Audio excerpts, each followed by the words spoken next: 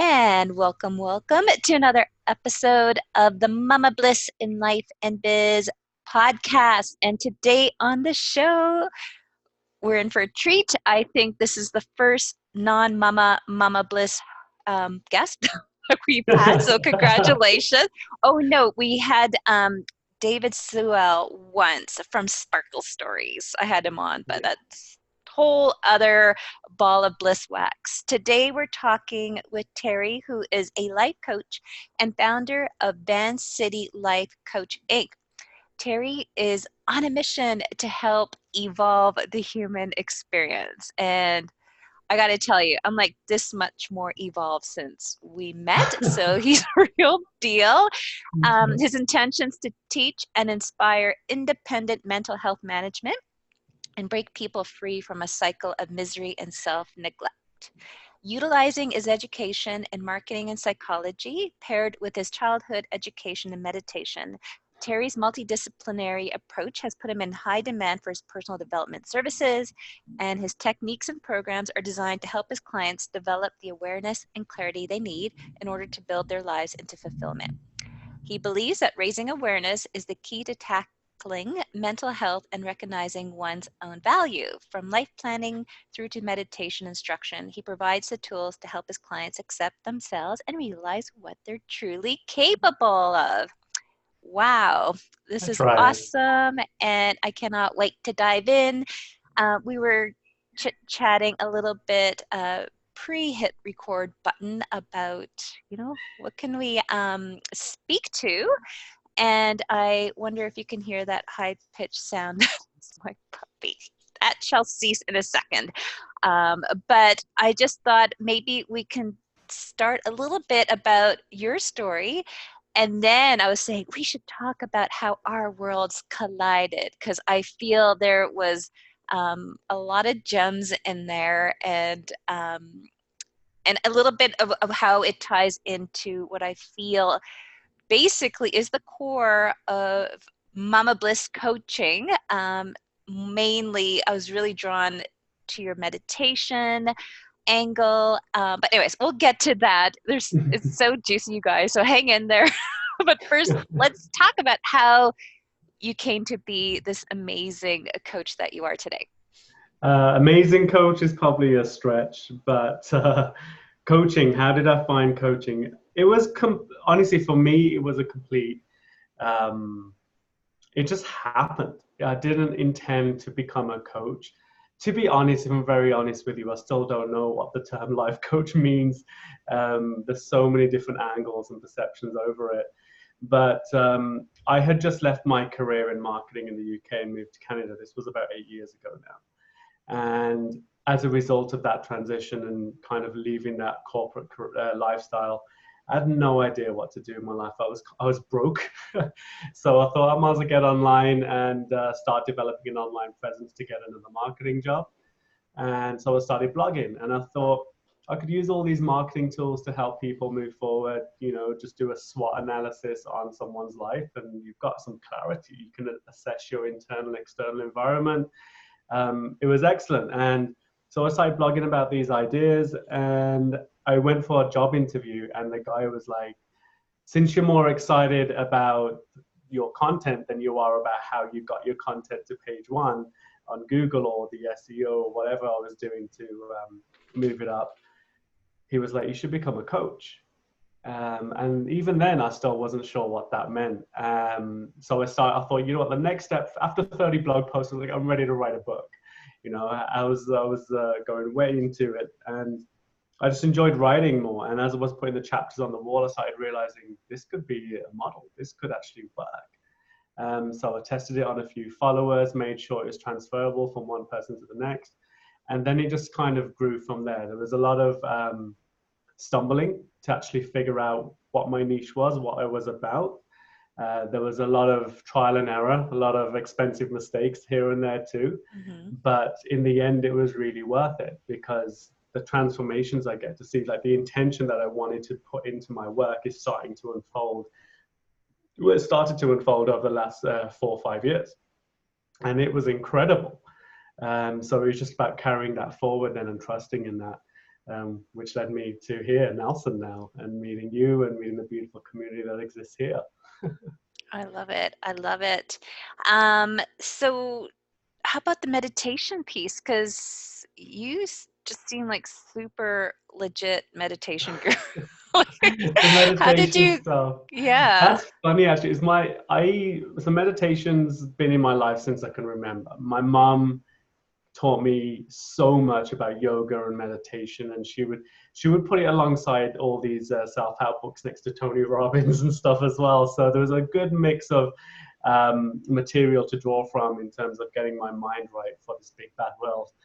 And with meditation, I don't know. I just found it one of the most interesting and exciting things to do in my life. It was the only place I could scream without fear and be true without fear and open my heart without fear. There's so much space in your mind that you can do that. And once you start getting more comfortable with that, I started expressing a lot more, started being more open, and because I started understanding myself a little bit, and then my clients started asking me about what I do to manage the mental health and how I navigate through the world with such a happy smile on my face. I was like, I meditate, don't you? Yeah. And that's when I realized not everyone meditates. I just presumed everyone did it in some form or fashion, but really, I was completely blind to the fact that people just go to work, come back, go to work, come back, and just stay on repeat. So that's when I realized, oh, there's a huge area of my coaching that I'm not even offering, the huge area of my practice that I couldn't offer, that I should offer rather. And so I started developing a meditation program, and the meditation program was just free basic course to get my clients meditating, because I just thought I didn't want to teach meditation. For me, it was everyone who taught me meditation, or anything I understood about meditation, was from people who had just a huge presence in life. And so I didn't feel confident teaching, but my clients were like, this course is good, keep doing more. What else you got? What else you got? And they kept pushing me for more content. So then next thing you know, they legalized cannabis actually. And that's when I realized, oh, these kids are getting so high and getting so stupid with it. What can I offer? So I launched 420 meditation, and that opened a bunch of other techniques. And when I started realizing I was helping medicinal patients, which wasn't the intention first, medicinal patients, elderly medicinal cannabis patients who needed cannabis for their for medicinal reasons, but didn't know what to do with the high. Yeah. So I started writing all these techniques to help them, and then talking to them really helped push forward the meditation teaching, because you have these senior people looking at me, and they're asking me for advice and guidance, not only just now on the spiritual realm of things, but also on life now. So it was helping me become a better coach. It was helping me raise the confidence to teach meditation. And then here we are in Nelson. And how I got here is still a mystery to me, to be honest. Coming to Nelson and meeting yourself, Kathy, and many wonderful people in the community. Clearly there's a need for it. And I've noticed, even with my coaching career and my meditation practice, it's just pulling me in and trusting that, like, this makes sense. If I feel encouraged and excited to talk about this and present this, and there's a lot of passion behind it, then it's a no-brainer. Talk about it, present it, bring more of that out. And I think that's important for anyone wanting to become a coach. It takes a lot of guts to start life coaching. So kudos to all the moms out there coaching. It's an incredible industry to be in. But you've got to push through all of the BS. You've got to push through all of the ideas of becoming a coach. You have to really show up as yourself. Yes. And I think when it comes to my work and my practice, I think the reason why I was able to kind of grow so much, not only just in the coaching realm, but in the meditation realm, I think it's just because I just wanted to be real. I wanted to be open to myself. Mm-hmm. And I think that's what it really is about. I think you have to set a certain standard of, like, this is how I'm going to show up for my life. Do you want to do it too? Mm-hmm. And then it's just about teaching that, really. I love it. I love it. I love it. Really quick, how our worlds collide, because there's so many layers to it that could tie into what you're just saying. You're just such an example of just, I don't know. Okay, here's the piece. So I met my girlfriend. We were going to go to this festival that you had a table at.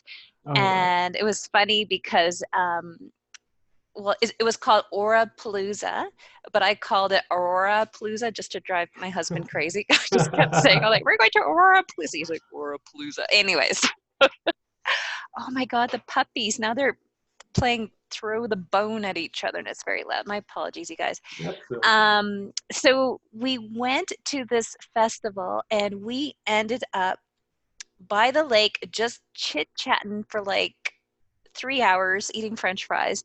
And then we realized, oh, this festival's closing in like 20 minutes. We better start looking. Luckily, we saw you and we were drawn. And again, it was just, oh no, you know what happened? We went to another table and we're like, okay, who has the best table here? And someone said, go see that guy. Oh, He's no way. good. Yeah, that's how it happened. Or like, okay, because we only had like a few minutes. And luckily, your sister's like, okay, we could squeeze you guys in. Nice. And so you were offering tarot readings. Yeah. And I have to say, it was just your authenticity came through because you guys, he was not only offering tarot readings, but you're also selling like turmeric, Oh. or I think as my friend Angela says, turmeric. We'll debate that. But it was just, it really just showed it offered, I know it's just turmeric, but it's just something about all the pieces, and you had these goodie bags with incense, and the marketing was just really extraordinary. And in the goodie bags, there were tarot cards that included um, a discount code to attend a meditation practice. And then there was just a card, and it had, Terry Sindhu and life coach. And I was like, oh, he's a life coach as well. It was just, the marketing was awesome. The reading was incredible. So the whole experience, there was just like you were mentioning, there's an air of authenticity. So I felt very intrigued by the meditation piece because that is a coaching tool too. I teach my mamas, and it's a beautiful way to incorporate a lot of the experiential exercises.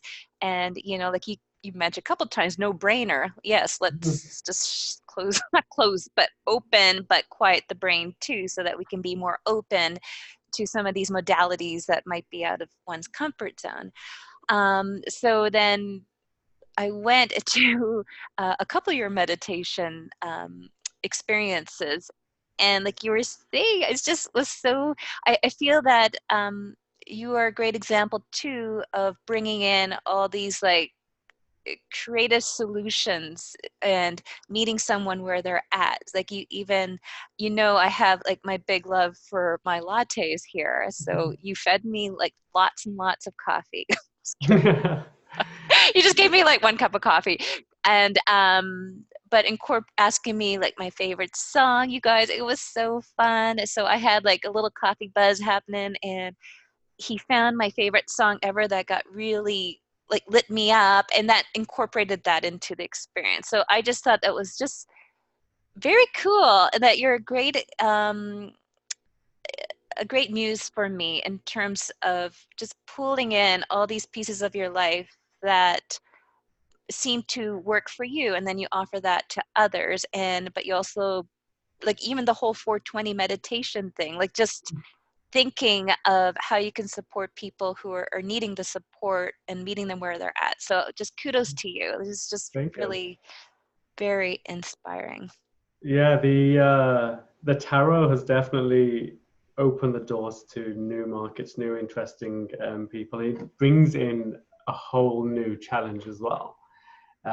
When I started reading tarot, it's only been like a year reading tarot, and I found the key isn't how well you read the tarot. I always find the key is how well you connect to the person. The tarot, because one thing I've learned, especially coaching over all these years and teaching meditation for a while now and meditating myself, is people really do express their truth a lot, a lot, a lot, a lot. And as much as we navigate through the world feeling as if we're hiding and we're, I always feel this is, as this, put it more simply, in marketing, you're very quick to learn when someone's trying to sell you something, because you learn how to sell. You essentially, that's marketing. You look at the research, you put it all together, and you sell it. And you, or if no one's buying it, you create the need. You seep into someone's vulnerability and you create a need for it. It's a really messed up industry. And so when I started coaching and I started learning about people's experiences more and more, like I wasn't the best coach at the beginning. And that's one thing a lot of people need to realize. You will build your practice. It's not like got your certificate, boom, you're the best coach now on the planet. Now it takes time because you're learning about your coaches, you're learning about your clients, you're learning about the industry, you're learning about yourself. And it takes a good 2-3 years of stumbling before you really get confident and comfortable in your zone. You know, you can coach anyone, but when you really show what you're capable of, you fine tune it.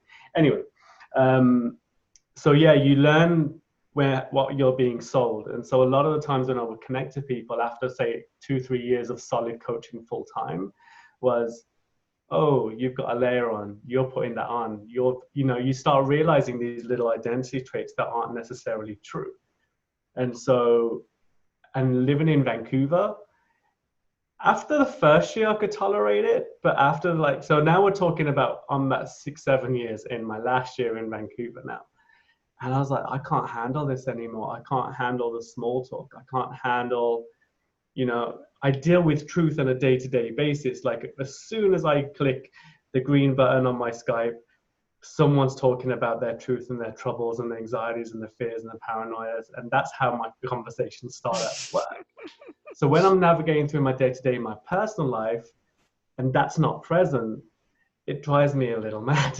I I can't hear be. you. I get it. Now that you mention it's true. That's true. Yeah, right. So I'm like, what do we need to do to make you feel comfortable right away so that you can speak your truth? Yeah. So that's where the music helps. That's where the meditation helps, the coffee helps. What's it going to take for you to be real? And let's bring that energy first. And then once you've cracked that, everything else is easy.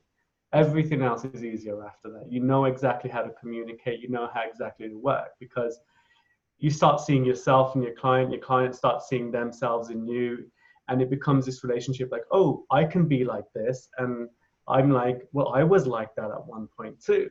So I know it's a possibility. And now you're feeling good and I'm feeling good. And we're both in a very comfortable space. We can build each other up. And then that's how most of my sessions tend to go. But it took a lot of kind of pushing through. I even tell you, so many people try to manage my brand for me and said, oh, you could be the next this and you could be the next this. I was like, I'm not interested in none of that. I just want to be me, do good work, and continue on with my life. The moment you start letting the ego take over and say you want to be this coach or that type of person to make this type of money, it's kind of redundant industry, really, then, isn't it? Yeah. So yeah. I'm always trying to encourage people, especially when it comes to the coaching industry, just to be real and encourage other people to be real, and you will fly. It'll take a little bit longer, but you will fly much better. You will soar. It's so incredible. And then it opens the door to all these other practices that you never knew you could do, like tarot. Our whole connection started with that whole modality. And tarot is easy to read. Once you figure it out and once you trust yourself and the intuition, you let it flow, it's so easy. It's a bit of an energy drain, but it's so easy to do. And whether you want to see it as something spiritual or whether you want to see it as some sort of psychological trick that triggers the creative mind, either way, it brings truth to the table. Yeah. And when there's truth on the table, you can work magic. I always find that. And so just think about when you're navigating through, when you got your first client, don't be afraid, because if they're already nervous and if you're nervous about dealing with that person, it's just not going to go anywhere. So you got to show up tenfold. You got to be even more comfortable. So one of the first things I would recommend to all the mamas is, which is probably really hard to do, is to practice being vulnerable. Start expanding now. If you've got your practice going and you're starting to launch, go start building your confidence. Go out into the world and start branching out of your zones of comfort. One thing I think that worked for me, because I was coaching a lot of men when I started, and I just noticed I had to just be one step ahead of confidence game. Yeah. If I'm recommending, right, you can go to this dating night, and it'd been amazing for you. I had to do that myself first a couple of times and own the space and feel Hmm. comfortable in it, so then I could rightfully coach my client in it. Yeah. I'm not saying do the exact same things as your clients, but I'm saying if you can push yourself out of your comfort zone into things that you want to do and you want to explore, and you get confident at that, and you Hmm. really start understanding your identity and what you're capable of, your clients will be happily following you to the end too. I love it. I love it. I'm doing this program right now all about pretty much that. Um, just getting out there to meet more people. And the way she puts it is to be the biggest energy in the room. So just really stepping in and owning that you are a life coach, and practice even saying that. So heading to networking events and um, any opportunity where people come together. So it could be like a fundraiser, it could be, meeting someone one-on-one for a coffee, and just practice just that declaration. And like you were saying, just like owning that energy, and just, with both feet stand tall. Like, yeah, I'm a life coach. And remembering all these tools that you have in your toolbox that can actually help people. And remembering that our clients see us as a couple of steps ahead of them. And so we need to live into that. And when need be, to apply those coaching tools on ourselves, like perhaps, keeping up with our meditation. I'm doing a lot of self-coaching right now when, throughout the day, not even just in the morning, whenever I feel like that energy is not being the biggest in the room, is like flailing a little bit, is just, okay, let's explore what's going on in my head right now. And, just tending to that, comforting those thoughts and remembering, no, I've come a long way. I have a lot of training. I have a lot of life experiences. I have a lot of truth within me that has been shared. I just have to remember to keep showing up with that. Mm-hmm. Yeah, I I think love that. being the largest energy in the room also is not about like being the loudest or Yeah, being no, the yeah. craziest. Large, not loud.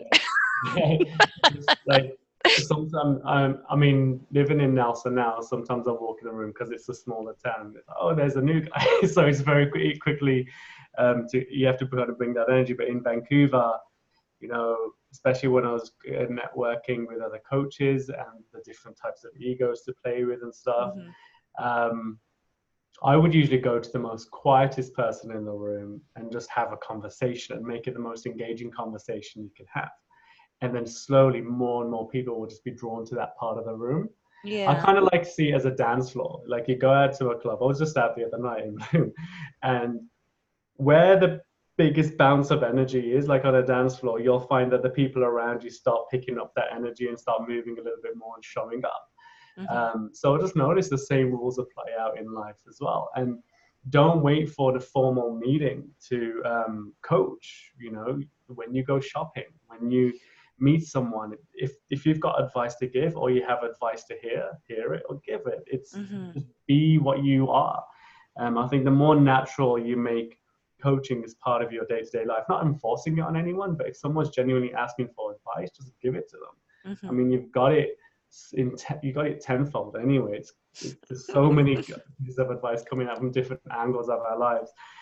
It would make sense. Let's help each other out. I think it encourages that conversation more as well, because I've noticed there's times where I'll be invited to a house party, and then I'm having a conversation with the person who invited me, and then they're like, "Oh, you should meet so and so," and then I meet that person, and then we're having this conversation. Oh, what do you do? I'm a life coach.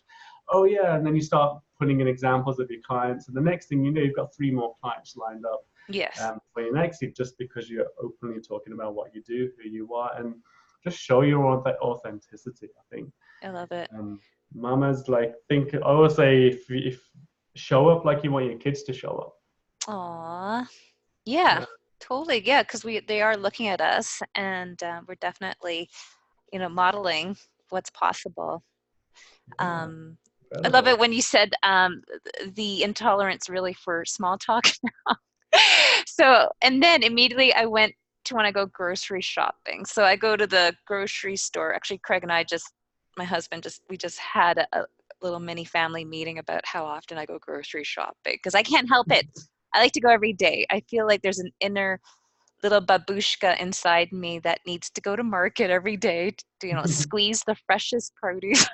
It's just like, and then every time I go grocery shopping, when I go to pay for the groceries and it's the cashier and they ask me, how's your day going? Oh boy, do they open a can of worms they're not even realizing. I just have like no small talk. I just dive into the realness and I find it almost like I'm exercising a muscle in a way. It's like that's an opportunity to really tap into what's really alive. And then I ask them too, and I often find it's reciprocated. They go beneath like the surface level. Oh, good. They often, that's a conversation that gets started there that is an opportunity, like you're saying, like the self-coaching piece. And I always leave the grocery store in the best mood. It's just like I feel like a real exchange has happened and I feel very kind of like I've been sharing my gifts and it was just reciprocated. I got a real connection with a human being. But that's definitely something that could be carried over. Um, yeah, like you were saying, into this is what I do. And stepping out of that, comfort zone of the grocery store and being more proactive of like getting out there Yeah, in the and have a lot community. of content. Have a lot of content available. If you're out there making all these connections and bridges and impacts and stuff, have content out there that people can search and connect with. I think that's probably the key to anything that I've ever built is all the content. It may not be good, but it's there. Mm-hmm. It'll send people on a little rabbit hole. Who is this guy? What's he about? What's going on?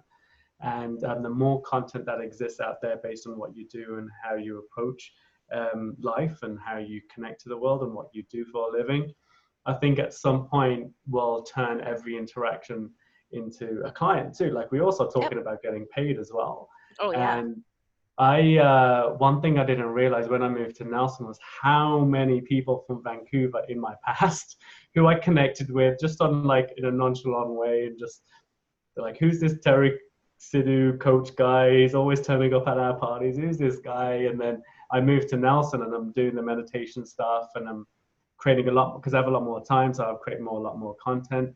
And now I'm getting all these people come out from. I haven't even seen them in like 3-4 years. Like, okay, we want to book a session with you now already. I was Yeah. like, okay, let's go. Nice. Um, so I'm ensuring that the conversation doesn't stop. You've interacted with someone, but they're probably feeling secure to carry on further or even understand what's going on. But as long as you can carry on the conversation with your content, Mm-hmm. and thing is, as you continue putting out content, the people can see that you're growing. Like if you read my old blog posts, some they're terrible. Some of them I'm like, what was I thinking?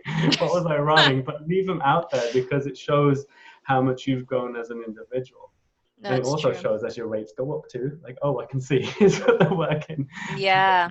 The But hero's journey, in the teachings I'm picking up is all about sharing your hero's journey. And if you guys are a member of my Facebook group, How to Become a Life Coach for Moms, you'll notice that is what I'm doing more now in the Facebook group. I'm sharing these little epiphanies and ahas, you know, my failures as well as my successes in this journey. Like, okay, you guys, I tried open up this membership site and I decided to close it for this reason. And what I learned from it is this, and it's offering these gems. And not so much, it does offer an opportunity to learn, but then your future clients or current clients, they feel almost invested in you. They start being able to relate to you, but also they start kind of cheering you on and they want to be part of that experience so that they're kind of invested in your success because they know that they're just a couple of steps behind you, and it's just kind of getting like the wheels turning for them of what is possible in their own lives, in their own like specific situation and particular niche or area of expertise. So it gets them excited too. But that is a great tip. Like even the grocery store, like who would know? yeah, So making connections yeah, everywhere. yeah, You make a when you figure out your mode of operation, I call it. Like when you know how you operate as a being, you know yourself, you understand how you work, you understand the type of world that you want to live in, you Yeah. understand the type of person that you are, not what to be, but that you are, that comes out after you get rid of all of that subconscious context that gets in the way. Yeah. You know, once you start showing up for your life like that, people want to be around it. And it's not particular, and there's nothing, I always say there's nothing special about me or about you or about anyone else. It's just basically there's individuals who are trying their best to live as true as possible and kind of playing the system to a point so that you can actually enjoy it and navigate through this life. And there's people who are just basically submitting to one role after another, after another, after another, trying different hats on. Things change when you just completely let the veil drop and open up. And it's scary at first. That's the Yeah. thing. It's the scariest thing because you're doing something new. You're bringing something new to the table, especially in the coaching realm where, you know, everyone's got this like, you have to be this way. You have to be super motivated all the time. Nah, sometimes I can't get up till like 12, 1 in the afternoon because I'm so tired. Sometimes I'll work till 3, 4 in the morning. I was like, forget it, cancel my clients in the morning. I can't do it. Mhm. And that's normal. I'm human. And I think a lot of people forget that being human is literally the basis of your life coaching practice, is getting to grips with that and understanding Mhm. what that means Mhm. and accepting that you are only human. I remember when I did my group coaching program, talk about failures. Um, I opened the group coaching program and I was supposed to get 6 programs filled, only got 2 filled, only broke even just about. Put on seminars, like the marketing, I did it all right, but I just couldn't handle the amount of time and energy it took to actually put it together and coach and teach. And I realized, oh, this is the wrong way to go about this coaching stuff. Yeah. Trying to coach a group of 6 or 7 people at a time, 3, 4 times a week was just near impossible. I was Mhm. burning out. And at a point, my content wasn't delivering right. It just didn't work. Yeah. And I lost a little bit of money on it. But you know what? Out of that came an online course. Out of that Yeah. came the confidence to create the meditation program. Out of that came so much more. So just keep trial and error until you Mhm. figure out, oh, this works for me.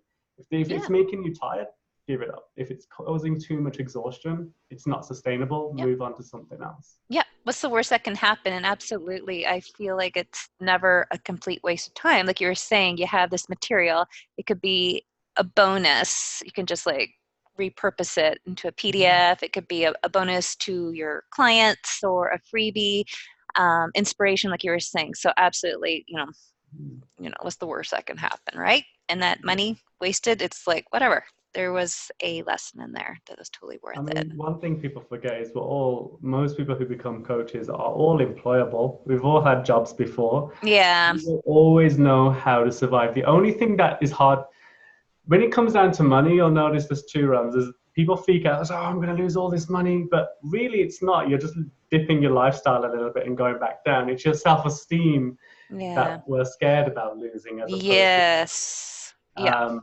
And I was like, hey, I'll be happy to go back to a 9 to 5. It's so much easier to run at this rate. But Yeah. I was like, then you'll be wasting all this content and time and energy I put into it. And stick with it. If you need to drop, like I always say to my clients, no matter what, you know how to survive. You know how to pay your rent. You know Hmm. how to do the basics. I mean, you've been doing it with all this depression and fear and panic, and you've been keeping your payments up and you're keeping your roof over your head. I mean, you're right on the edge, but you're keeping it up. So know that you have that as your lowest point. Hmm. So as long as you keep trying, and when you hit that lowest point, you get to a point of sustainability then, and then Yep. go back at it and grow and grow and grow. That's the key thing to, I think, becoming a coach is just knowing your way and knowing how you operate and moving forward with that, as opposed to doing what this guy's doing or what that Hmm. person's doing. There's enough of those people out there. There's plenty of copycats. There's plenty of imitators. But we're all individuals, and mums, you're all individuals raising individuals. And I think it's important to send that message across the board. Don't be a very box standard. This is who I am. This is what a mum, a coach should be. Be a mum. Be yourself. Be a woman. Be a parent. Be a kid. Be a granddaughter. Be a wife. Be every role that you are. But you'll know the central theme is the person that it is. It's you. It's And that needs to shine on all realms. You know, you can't just compartmentalize coach and mom. You are a coach and a mom, but who's the person behind that who's holding those two roles up? That person needs to be ignited. That person will fly. And that's the person that can't hide. I love it. You're taking me right to my coffee meditation all of a sudden. I just want to start dancing. I think my coffee just kicked in. Yeah. Thank you, Terry. This is amazing. So before we wrap up, I was hoping you can share where all my listeners can find you and learn their own coffee meditation, perhaps. Well, do you know what the easiest way you can find all my services is if you go to www.vancityLifeCoach.com. That's VAN lifecoach.com. Vancity, sorry, lifecoach.com. I haven't said that name in such a long time. Or tsidhu.com. I mean, you'll find me. Best way is Instagram, Life Coach Terry. You'll get everything about me on there, and you'll navigate to my meditation pages. And I wear a few different hats, so it's hard to kind of put it all together. You do have a nice collection of hats, I know. I do like your hats. I mean, I don't want to do the same thing with my day. So I just try to diversify my services a little bit, just because it's interesting. And I also think as well, like, if my mom ever came to me for coaching, which direction would she come through? And I think she'd come through more through the meditation side. And I'm noticing actually, just one more thing to add, is family members. No one used to, when I was just marketing as a life coach and I was just doing my coaching thing, no one was really interested. But when I started doing the meditation stuff, it just opened the floodgates to people asking me all these questions, and then teaching them a few meditation techniques, then getting them into a coaching space and warming them up to that. So that could be a tip for you mamas as well. What's something that you can provide that can be like okay, I'm going to put this out there to bring you in, and we'll nestle and have this conversation, but then take them into that coaching program. I love it. It's full of tips. And and the family piece. Yeah, you already coached 3 of my 4 family members in meditation. Have you realized that? My son, my husband, and me. Yeah, we just have to get Edie in there.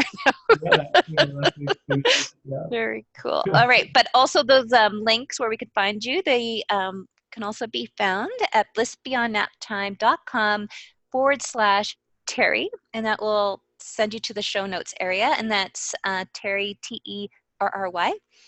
And we'll have the links of all the places we can find Terry and his wonderful offerings and genius. And thanks so much for coming on the show. Thank you for having me. It's been a pleasure. I love talking to you always. I know. It's always fun. Okay, fun. I know. I meant, yeah. I'm catching your drift. It's brilliant. It's a breath of fresh air. Thank you. Okay, bye.